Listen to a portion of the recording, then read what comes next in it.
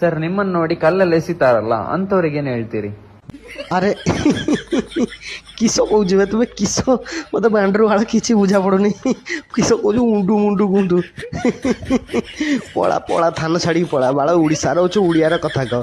ଯଦି ସେ ମୁଣ୍ଡୁ ମୁଣ୍ଡୁ ଆଉ ଥରେ କହିବୁ ଏଇ ମାଇକ୍ରୋଫୋନ୍ଟା ଦେଖିଲୁ ନା ତା ଆଗ ଯେ ମୁଟା ହେଇଛି ସେ ଉଲ୍ଟା କରିକି ତ ଗାଣ୍ଡର ପୁଡ଼ି ଦେମି।